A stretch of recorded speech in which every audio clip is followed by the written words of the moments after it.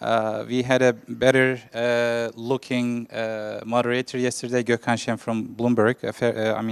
Unfortunately, he couldn't make it today. So that's why you have to suffer with my uneducated questions. Sorry about that in advance. So we have 4 panelists. Can you please put your headsets on, please? And as they are getting ready, let's start with Global Miles. And Tansul Çolakoğlu, he's on stage, and it's the only presentation he's going to be briefly talking about what they have, what their product is, because I know by heart that it is one of the products with track record, and it is already on the market, and I think they have a huge potential in terms of what they can offer, and any ICO might be a good prospect for them. So let's go on.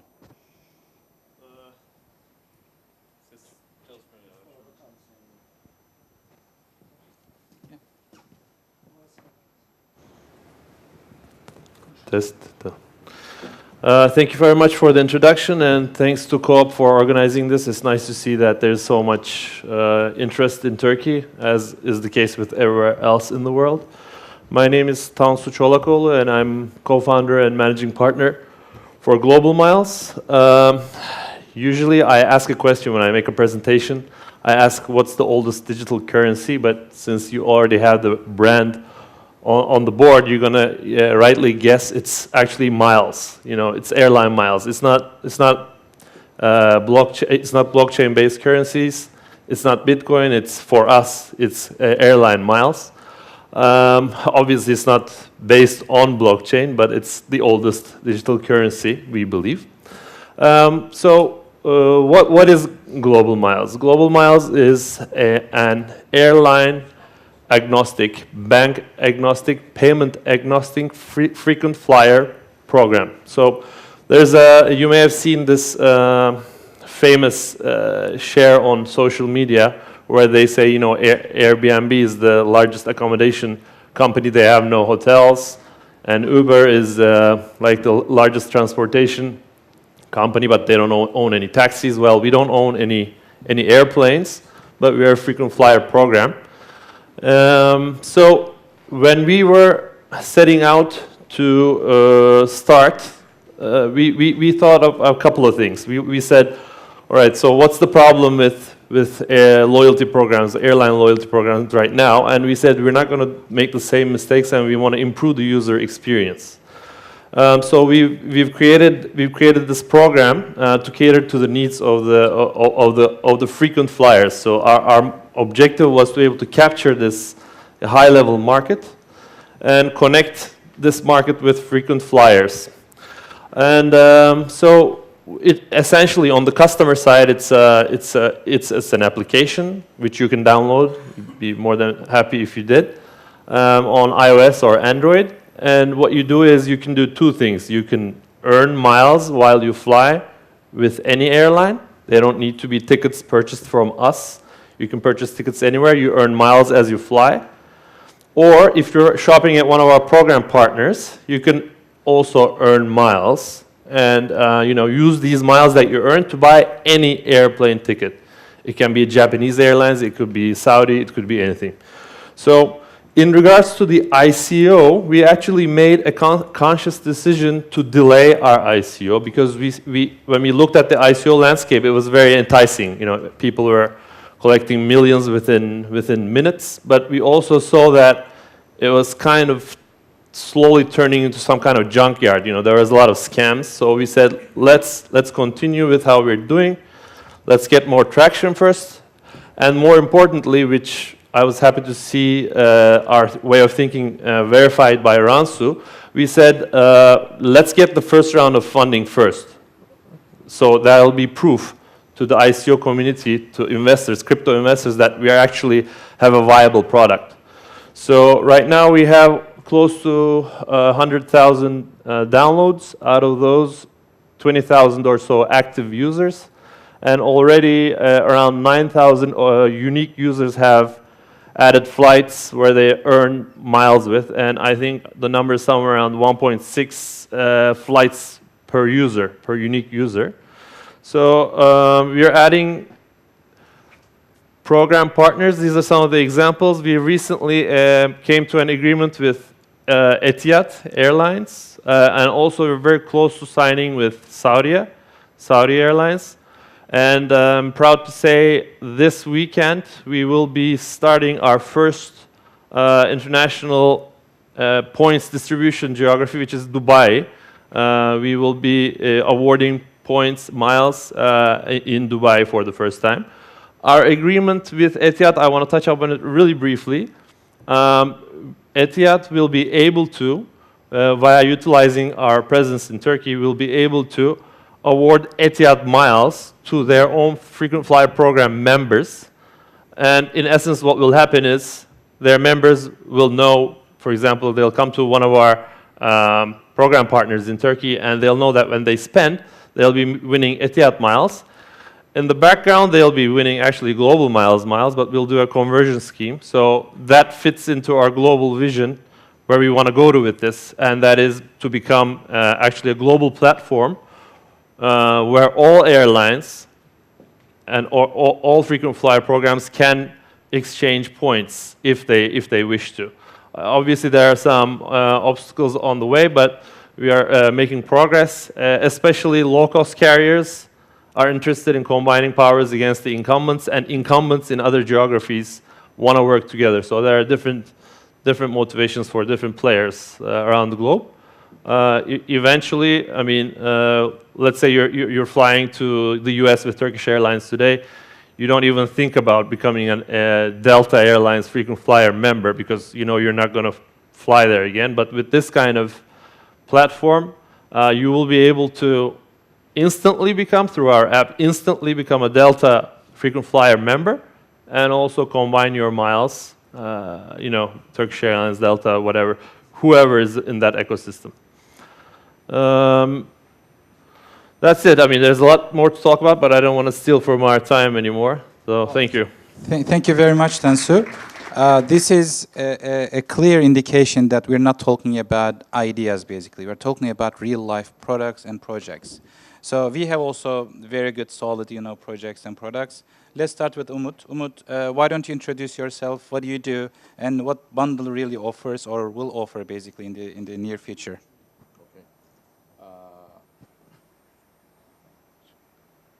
Okay. First of all, let me introduce myself. I'm working in a outdoor company, normally outdoor advertising. Formerly in 2016, last year, I have acquired Clear Channel Turkey, and my normal job is about outdoor advertising. About blockchain and let's say the Ethereum and smart contract or the blockchain world, we are working on a project called Bundle Network.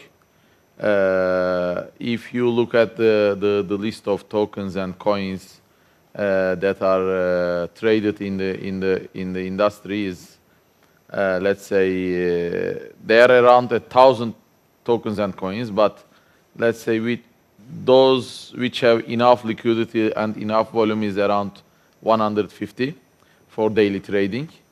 And if you want to trade these tokens and coins, you need to open, let's say, accounts in 12 exchanges, and you need to have a wallet for nearly each of them. And also it takes time when you decide to buy a coin or token. It takes time to come to your account, and if you want to sell it from another exchange, it takes another time, 3 or 4 hours from sending it from one exchange to another. Because of these problems, we have started to work on a project that we call Bundle. We are aiming creating an aggregator platform of top 12 exchanges. Through this platform, you will be able to buy around 100 tokens with only one account, and you will buy them instantly, and also you will buy them with the best price, best available price. Also, while selling, you will sell from the best available, highest price. We are developing this platform. We have already developed some part of it, We have a live demo, even a tutorial that you can really do a transaction. For example, tomorrow I will be making a presentation about this project in Harvard Business School Dubai Summit. There are some investors from Harvard Business School who are interested on this topic, and I will make a presentation in there. And my teammates, the next day, will be making a presentation about this topic in Gibraltar. Gibraltar is a hot place for this ICOs and token offerings and let's say about blockchain business. There are places in the world that are trying to capture this business. One is Gibraltar. There is a valley called Zug Valley in Switzerland, and I want to thank to Mustafa in here that taking the first step in Turkey. For us creating an environment and a community about blockchain and ICOs. Thank you very much. Gökhan, I know that you have two titles here today, one with Blokzincir and the other with Kimlik. Yeah. Why don't you go ahead and briefly define yourself? Hello, my name is Gökhan. I am the founder of one of the first Ethereum developer company in Turkey called Blokzincir.io. And our global project is called Kimlik. Kimlik, ending with C. It solves the digital identity problem, especially for European Union. We are working on a product that is focused on general data protection regulations, which will be enforced in May 2018 all over the Europe. And banks are working about complying with these regulations, which there is huge fines for them. So it's partly a Fintech application, but it doesn't end with just the bank part. Banks are doing their know your customer process, which is identifying the customer. By law, you need to go to a bank and show your supporting documents like ID and proof of address. And for each bank, you need to do it again. And each insurance company or other companies that require your identity. We built a blockchain where you store your privacy and identity information, which is your identity number, email, and your telephone, which are all confirmed.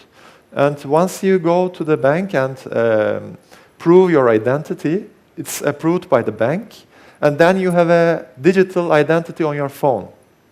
So it's a portable identity on your mobile phone, and you can use it to identify yourself to other banks or other online businesses. For example, any e-commerce website that will be our customer, you will be able to register and log in. And so it will be also a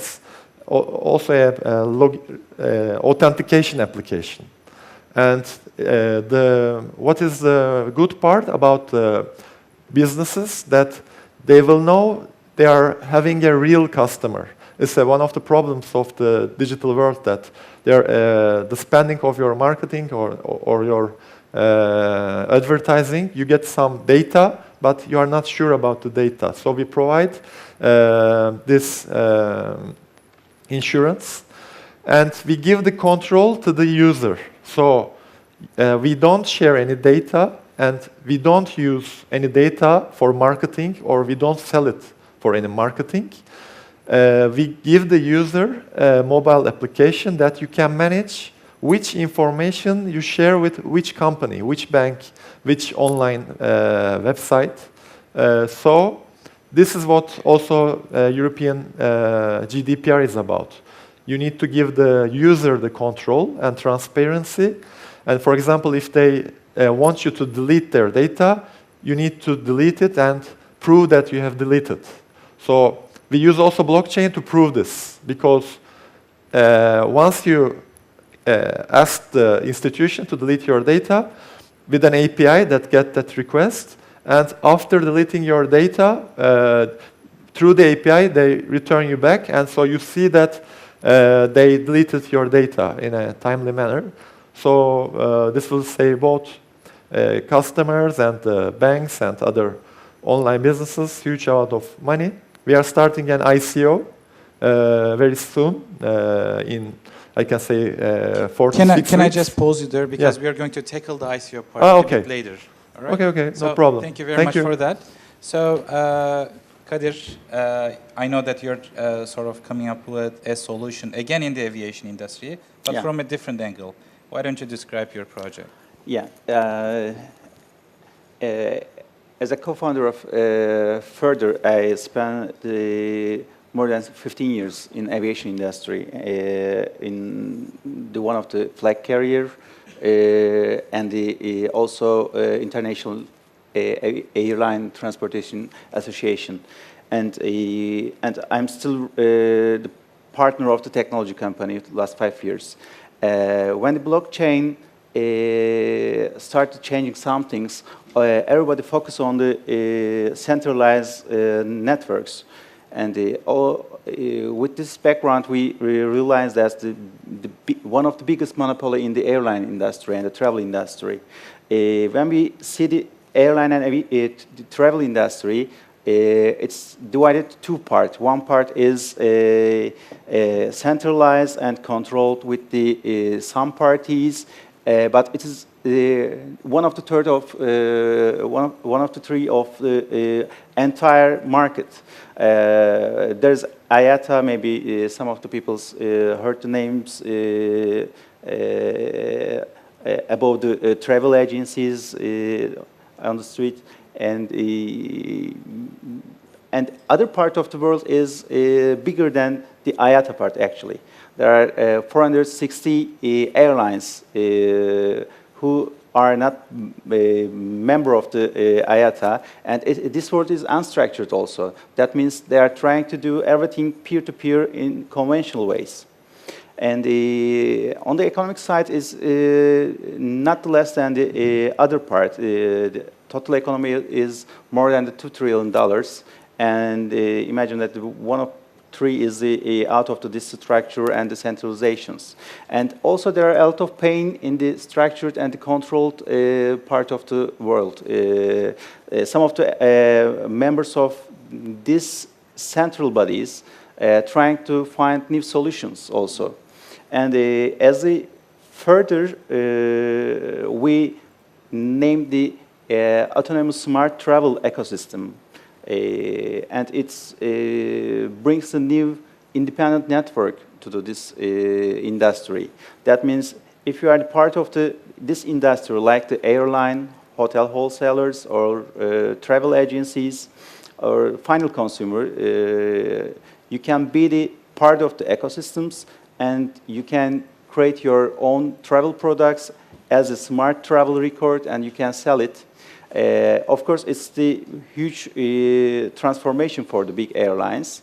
When we take the airline ticket, it's recorded to some database, and they give the PNR, which names the passenger name record currently, and it's only record in the database, and you cannot change it. If you want to change something on this record, you have to pay other fees and something like this. And with this network and smart travel record, we are make it possible to change, divide, or customize your travel record, which means you can build it with your own way, and you can combine it with any other travel product.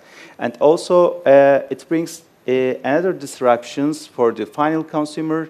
If you don't want to use your product, you can exchange in peer-to-peer with the second person. And this means we are building the exchange market for the travel products. Wonderful. So, well, it looks that we are not short of any ideas here when it comes to the blockchain practices, but let me draw the attention to the wall. You see that there are 4 covers of different magazines, and it is the result of the workshop that we had yesterday at the end of the event, at the end of the conference. So the winner, it was based on design thinking, by the way. The winner is, I think it's called company chain. So sort of deploying all the company data into the distributed ledger. So there could be various ideas, but I think that the most added value question or the million-dollar question is that why blockchain matters to our projects. So that is my question to you for the next round. So Tansul, why don't you start? Well, we think about this a lot, actually. We're entrepreneurs. Global Miles is not the only venture we have. And I see a trend. People, there's always a hype curve for different issues. When people are talking about big data, all entrepreneurs are like, oh, okay, how can I tack on big data to my idea? Or when people are talking about IoT, oh, okay, how can I add IoT into my idea? And now I think we're going through the same thing with blockchain. I see a lot of people like coming up with an idea and then trying to tack on blockchain onto it. So I think there needs to be clear analysis before doing something like that. And I think there needs to be some kind of parameters present. I was discussing with some of the other speakers. There needs to be a need for a trustless interchange, between unknown parties, for example. It's just one of the things. Another one that can be negative for some business models is the transparency that the blockchain provides. Everything's out in the open. So if you're trying to do something private, obviously there are ways of doing that, but the nature of the blockchain is really transparent.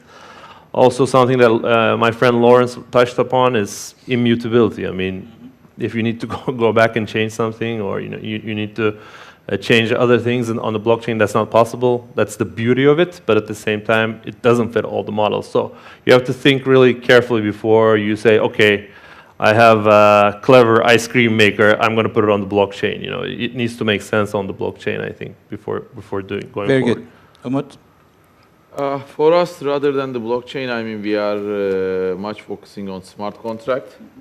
Our token will not be mined. It will not be open for mining. So we will not have a decentralized structure. Rather, we will focus on smart contract. In the past, when you are trying to, let's say, raise equity for your company, you are going to some venture capitalists, angel investors, seed investors. So, when these people put the money to your company, it was not very liquid for them. Now, this environment bringing us the chance that through a smart contract, we can promise them. And if you have a trustworthy team, that they can invest to your idea. And this investment is not an equity investment anymore. The investment is now a utility investment. The idea or that your company grows a utility, and people are investing to your utility, not to your equity. And this utility has a chance to be traded in the exchanges, so it's liquid. That's an opportunity that blockchain is bringing to our world, about more democratization of the capital, more democratization of let's say the chance of people. People have more equal opportunities when they have projects to access to the money, let's say crypto money.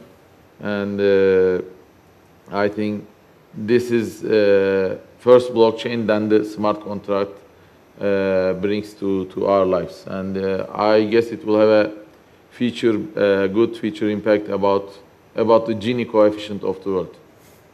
So to some people, it's basically a synonym to, blockchain is synonym to the cryptocurrencies in a way. So since your business model is basically focusing on the trading of cryptocurrencies, I think it is also quite relevant to what you are doing already. Yeah. Okay. So Gökhan? I think the most unique part of using blockchain in a project is there should be some parties that has an issue of trust between each other. So that's why it's called trustless. So you don't need to trust to other party, but there's a blockchain which brings the transparency to it. And it's a transparency which is only on the optimal level, that people who has the permission can see that data. And about the smart contract part, think of it as like a software that is doing what is agreed between parties. But if you work with a conventional software company, you don't see the code, and you don't know what's going inside. But with the smart contract, especially in our case, it's transparent. So both parties know what is going to do, what is promised.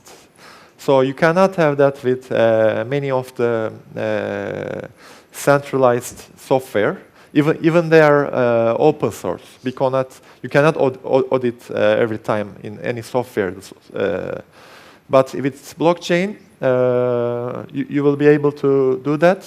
For example, in our case, there are different banks, and there's a pool of customers. And bank don't want to share customer information with other bank. So with conventional system, you cannot do it.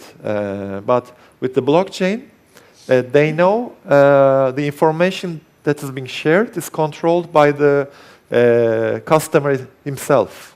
So he gives your identity to each of the banks, and when you audit the software, every party sees that it's doing what it's agreed. Great. So, Kadir? Actually, both parties important for us. The distributed ledger and the smart contract is important for this kind of huge network. Currently, if you want to do business in airline travel industry, you have to trust one party, like the centralized and monopoly, or you have to do your business with your own self. You have to sign contract with the travel agencies, but it's very expensive. That means you cannot increase your distribution channels. Without the blockchain technology, it's impossible, and this is the proof of that. After the internet penetration to the all houses or pockets, some of this kind of airlines try to increase their direct sales channels, like the web site. But it means you have to have your credit card or something like to do your payment online. And as we know, 2 billion of the world is non-banking. It's still impossible with this. And with the blockchain and the smart contract technology, it's very easy to do cooperation or collaboration between the parties. Like there are more than 300,000 travel agency and almost 800 airlines around the world. And imagine that all these parts want to do business peer-to-peer. It's impossible with the conventional technologies. And on the other hand, if you want to liberalize some industries, you want to break their chains, you have to allow all kind of transactions. And the smart contracts make it possible, like the exchanging two people's their tickets, airline tickets or hotel reservations. It's currently impossible without the smart contracts. This two reasons is for us. Wonderful. Very quick questions.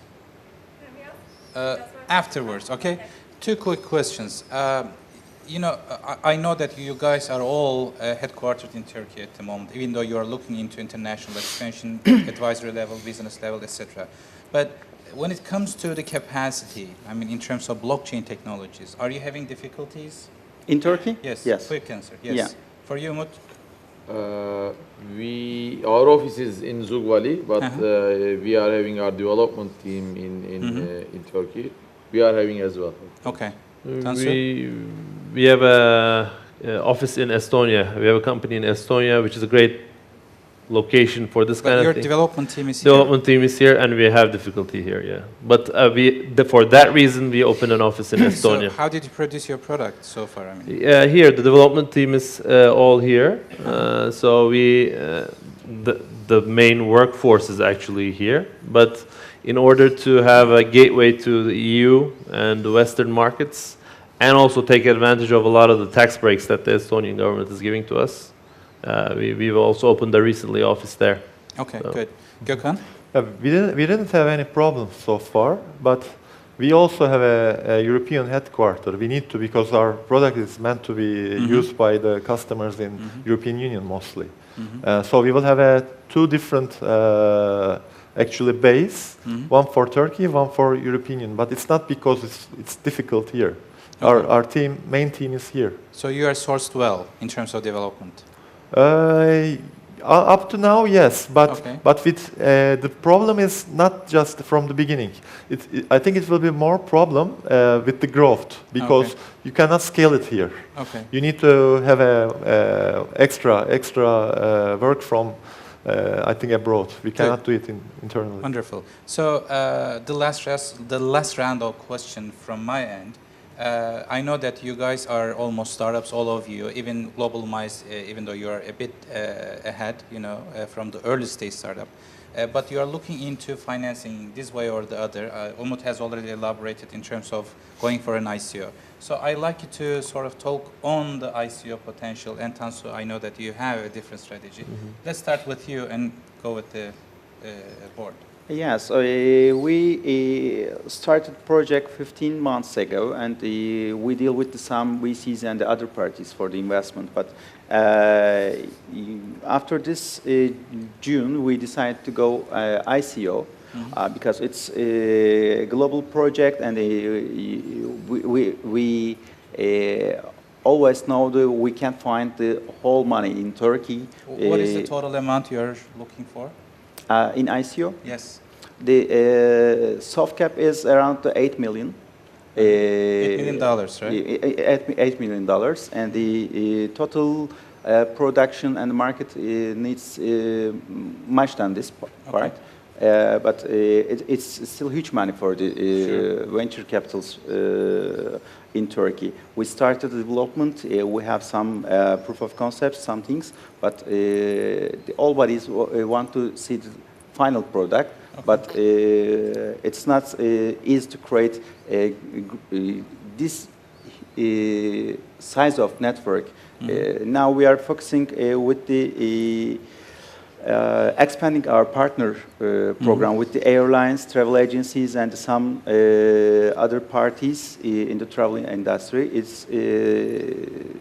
It goes good before the ICO, and maybe we will complete the first stage of the partner program, and then we will announce the ICO date. Okay, so I'll ask about the timeline for the last time. So your project and your program? We are planning to raise $30 million in total. Our friends and family sales will be 1.5. Pre-ICO will be 9, then the ICO will be targeting 30. In total 30. Actually, we don't need this money for development. In our business model, we have to deposit some crypto assets to exchanges because we want our users to make their transactions instantly. So most of the money will be used as a deposit to the exchanges that we will connect to. And some money will be used for marketing because we want to carry this, let's say, trading opportunity or investing in crypto assets to mass people. Okay. Currently, there are 6 million wallets. I mean, maybe it has changed in the last month because of the hype. But I guess there was 6 million wallets in the world. It doesn't mean 6 million people even. Because some people have more than one wallet. Sure. So if you think about how many people is trading about FX or how many people is trading about stock exchanges, so there's a huge potential to move onward. I mean, daily transaction volume is on an average basis, sometimes increasing to $7 billion, but daily average is at about 4. And the total size of the market is now $170 billion. So there's a huge opportunity about trading in this area. So we want to bring this trading opportunity to mass people. So these are the 2 points that will use the money coming from the ICO. It's a great product. I mean, it's Yeah. my personal view about it. It's Thank not you. an endorsement. It's Yeah. the cliche as far as I have learned, Thank you. from this event. So Tansu, Yeah, as you mentioned, and as I already spoke about, we wanted to hold off on the ICO. We're now planning on doing it sometime right before the end of the year or beginning of Q1 next year. 2008. Right? Yeah, 2018. So what we wanted to do is we wanted to close the first round of funding, which hopefully will happen very, very soon. Any targeted amount? For ICO or Yes. For the ICO, we're looking to collect somewhere between $5 to $7 million. Okay. And it's all we've already proven the concept, I think. So what we've done so far this year was kind of like a POC. So we gained traction. We saw that airlines are interested. We saw that program partners are interested. We saw that the users are seeing some kind of benefit. I mean, obviously. So now we want to scale up, and most of the money will be used to scale up. Marketing efforts, international efforts, that kind of Wonderful.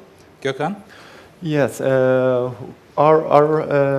our product has both B2B selling part of the product, and so we need local presence in markets in countries. We need legal expense in each country because they have some slightly differences in banking, and so we need to also give support for integration. So we are a service intensive product on that part. On the consumer part, it's easier. For the we have started the private funding round now, which will take about 4 weeks. Okay.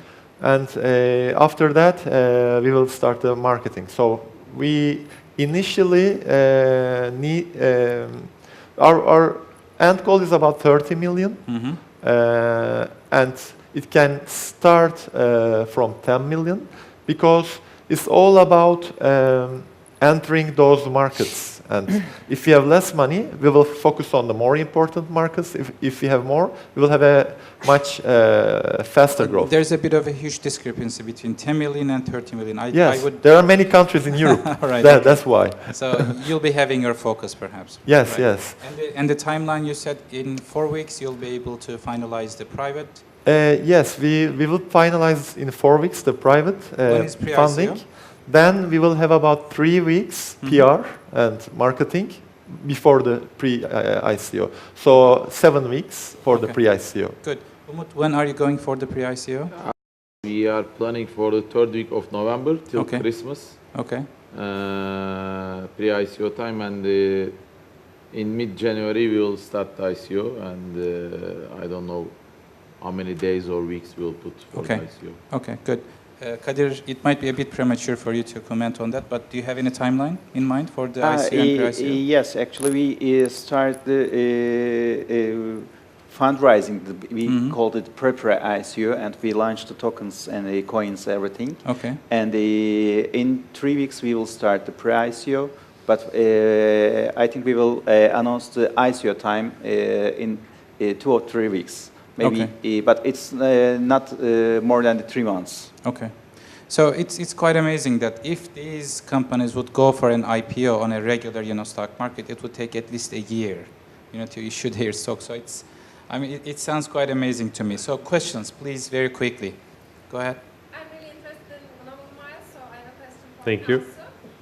You said that startups shouldn't try to force blockchain into their project. It should be natural. But I'm not clear about why you are trying to involve blockchain in your project. Can you give me a specific example? Yeah, sure. Thanks for the interest, first of all.